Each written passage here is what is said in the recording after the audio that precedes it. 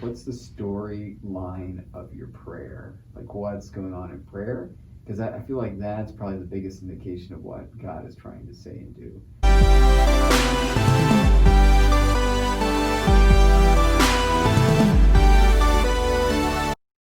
Oh man, for those of you at home listening or watching, we started and I asked Father for opening question, and I realized, did I turn the sound on? And I didn't, and my computer files were all over the place and yada yada yada. Anyways, welcome back everybody to the Abraham Salas Show. I named it after my name because I'm not clever. Today I have with me Vocational Director of the Archdiocese of Galveston, Houston, here in Texas, Father Richard McNeillie. Thank you so much for making time. That's great. People can't see me smiling behind this mask, but I'm happy to be here. I know, yeah. They can see your eyes. Yeah, that's great. We're wearing masks in this episode, like Father said. For those of you who can't see us right now and are listening on Spotify or wherever, because we are in an archdiocesan building, 1, house rules, and 2, pandemic. So keeping our clergy safe, keeping me safe, doing each other a favor.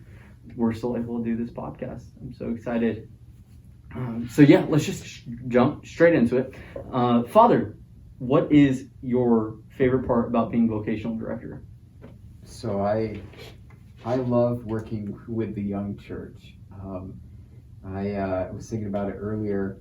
You know, people between in their 20s and 30s are really making some big decisions in their life. Mm-hmm. Some of the biggest decisions really that kind of change and shape the course of their life. Like they're getting married at that time. You know, they're joining seminary or a convent, and just to be able to kind of walk with people and see them in that transformative process, it's pretty cool. When you're having someone come in, you said you love working with young adults. So young adult, let's just say early 20s, and they're just like, Father, I have no idea what my vocation is, and I want to figure it out. I want to get there. What's that conversation like? How do you go about that? So I'm really just trying to listen to what God has been telling them. Mm-hmm. Usually at that point, I'll ask them beyond, just getting a sense of what their desires are. Like, hey, what's your prayer life like? Are you consistent? Is there any silence in there? Or is there a time where you actually just listen to God? And once people kind of have that built in to their daily routine, I'm just kind of listening, basically to their story. Mm-hmm. But what I really want to hear is what's the storyline of your prayer? Like, what's going on in prayer? Because I feel like that's probably the biggest indication of what God is trying to say and do.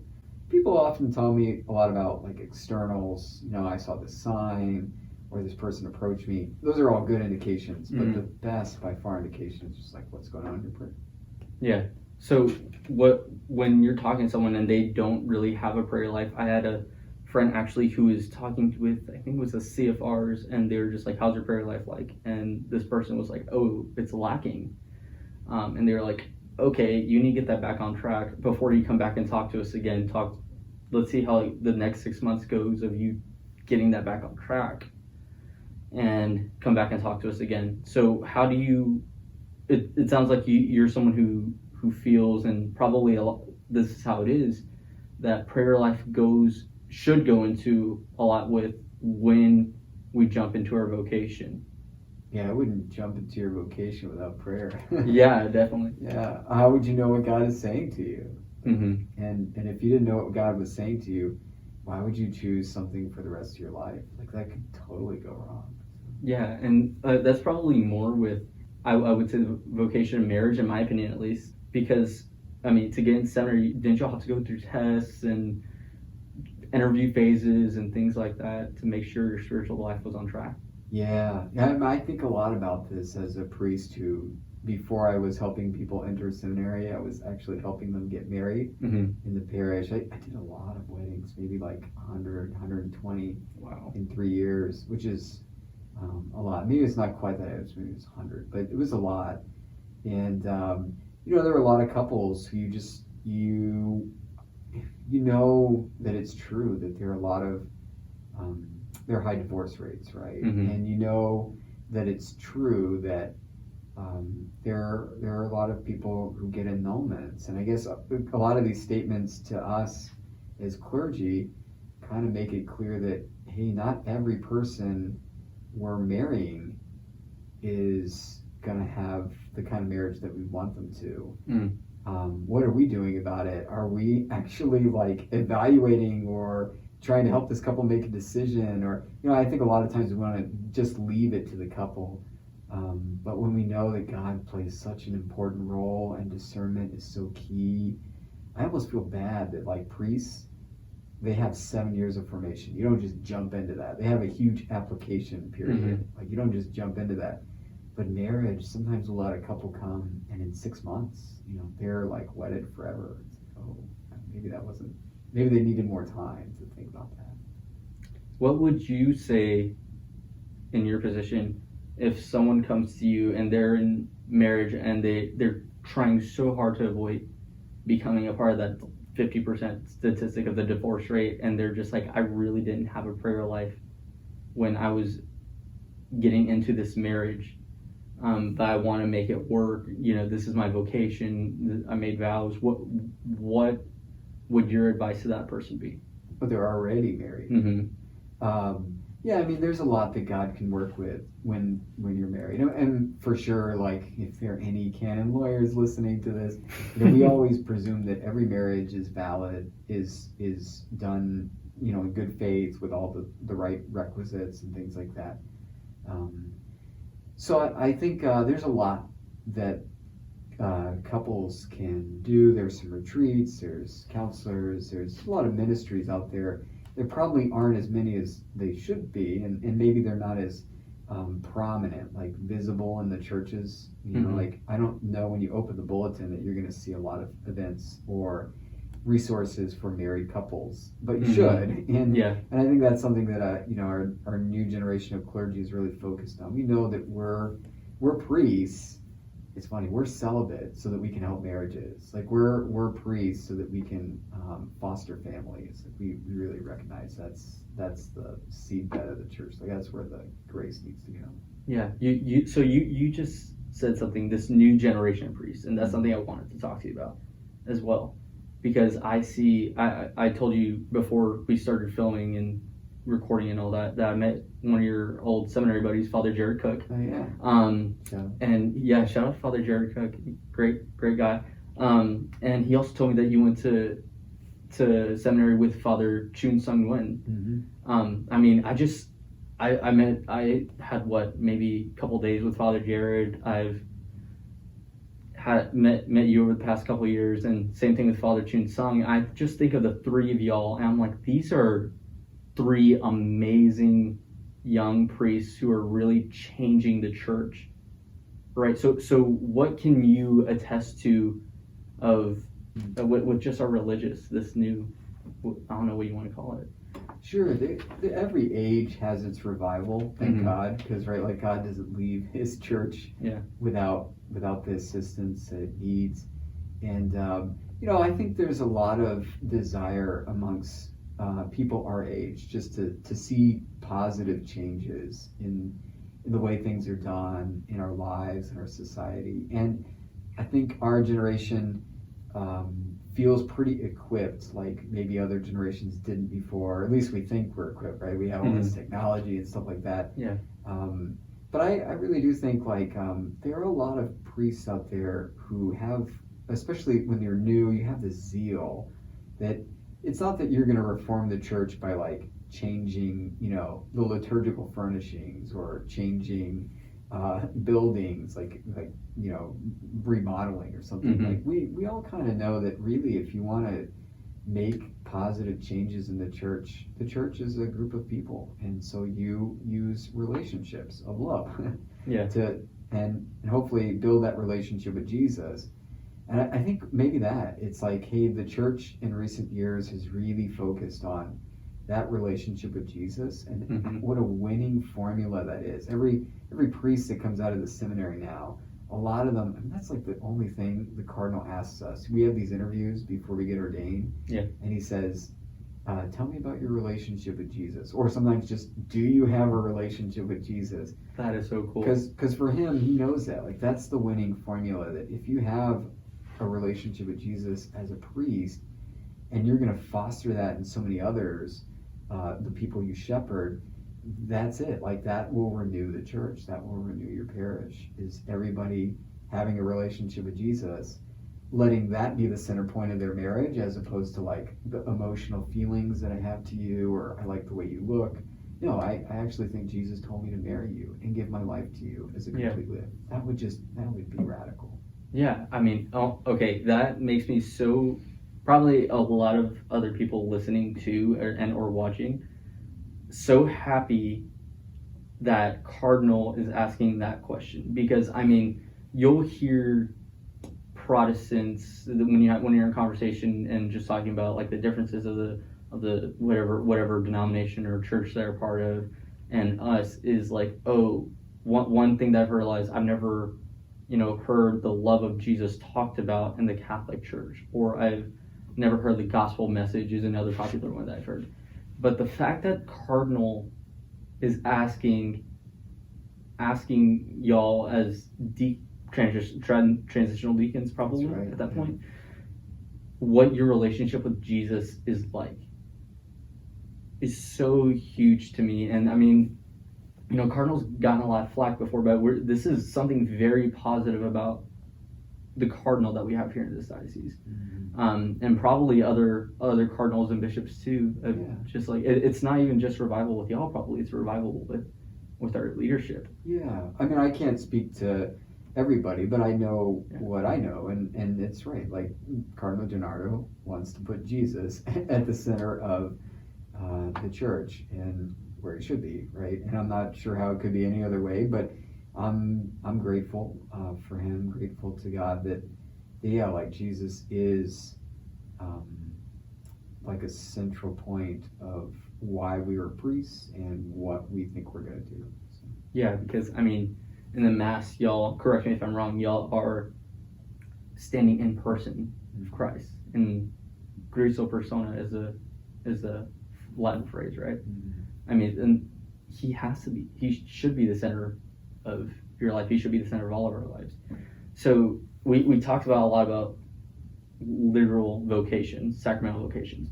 So can you attest, I've had conversations with a friend of mine about just vocations in like or beside that are not sacramental. Like for me, like or for someone like Matt Fradd, who's running like an actual like bigger Catholic podcast, or someone like that could be a vocation for him. Yeah. So when someone's coming to you with something like that, is that something you deal with often? Or I know I've talked to you about this for my personal life before, but do other people come and talk to you about just day-to-day, I don't know if day-to-day is the right word, but just non-sacramental vocation? Yeah, I think we give tools of discernment that could be used for the day-to-day and the lifelong. And so you're right, like vocation has several meanings. It could be like this sort of big lifelong project, or like a day-to-day thing, and at the core, right, we're all just trying to live the will of God. Like, we just want to do what God has planned for us. And I think the only reason why the vocations office tends to focus on like the big three, marriage, priesthood, religious life, or consecrated life, is because we're really trying to help people make those life formative decisions. Like, there's a big difference between you wanting to be a musician and you giving a total gift of self in a committed lifelong way to your girlfriend or fiance or whoever however that works out. And I guess like it's that because it's so total, and because it's lifelong commitment, that we really kind of focus on. Because look, what you brush your teeth with, like what toothpaste you end up buying at the store, maybe there's a sense in which God has a thought for you in that process. Like, maybe there's a will of God, like, to what you should do. But there definitely is God's will to who you should marry, and if you should be a priest or what order to join, like that, those kinds of things, like that's in God's plan. And so we really want to concentrate on those lifelong gifts of self, those committed vocations as like the target of our resources. So like if we want to help people, we want to help them discern that. Yeah, the connection I can make is like not to bring it too far. And when people talk to like the pro-life movement and they're just like, oh, what about the foster care issue, whatever. But do you ask the Diabetes Association to go and figure out the cancer problem? Y'all have a specific aim, and each ministry has a specific aim.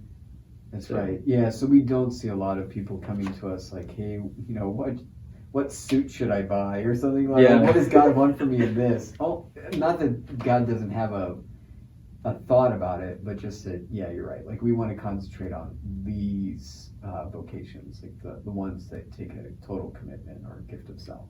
Yeah, I just had a thought when we're talking about orders, right? For me at least, I'm in a relationship currently, but at one point in my life, it was like, okay, so I would like to discern marriage. There's billions of women in the world, and there's one person that you could marry, or you can marry the church, right? But when you are discerning the priesthood or other religious like the sisterhood, there are a cajillion orders out there. It's the same thing almost of just like, I figure out what my vocation would be, but where exactly in that do I want to be? So when someone, I'm sure you probably, do you have the same process when you're talking to someone about just order of the priesthood or sisterhood, of like, what is God telling you in your life? Because each order has different charisms, right? Mm-hmm.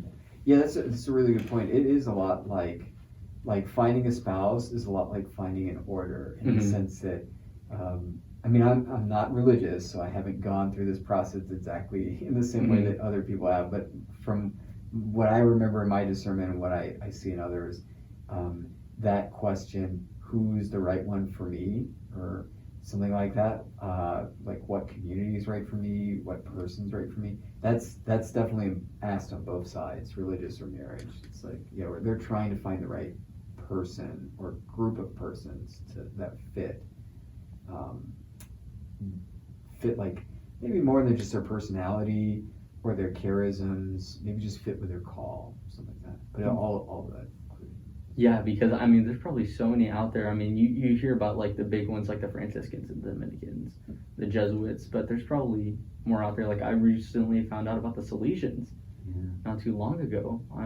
That's been around for almost 200 years or something. It's funny. Yeah. I was looking at, we have our new Vocations posters, and it's hard to get them out in the parishes these days, but you'll probably see one eventually at your parish.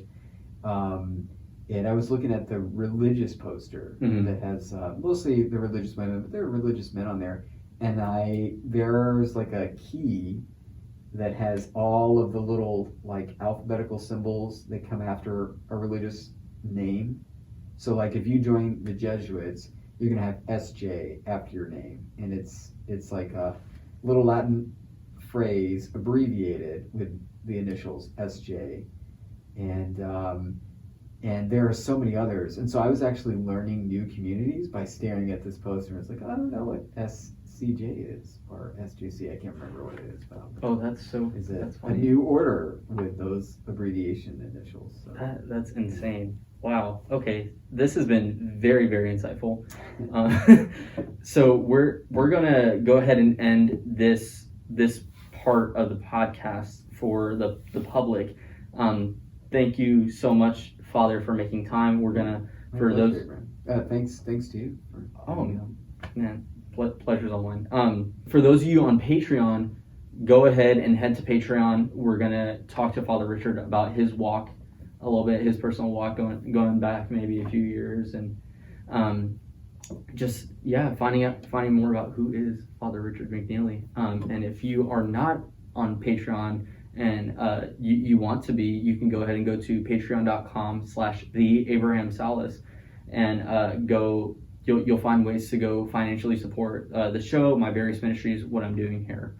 things like that. Also, if you are discerning your vocation and you are in the Archdiocese of Galveston, Houston, where can people find you or your office? I would look us up on our website or Facebook or Instagram, Houston Vocations, HoustonVocations.com. Great way to get in contact with us. A lot of ways to, you can email us from the website there, but all our contact information is on there. Awesome. Well, Father Richard McNeillie, everybody, thank you so much. God bless.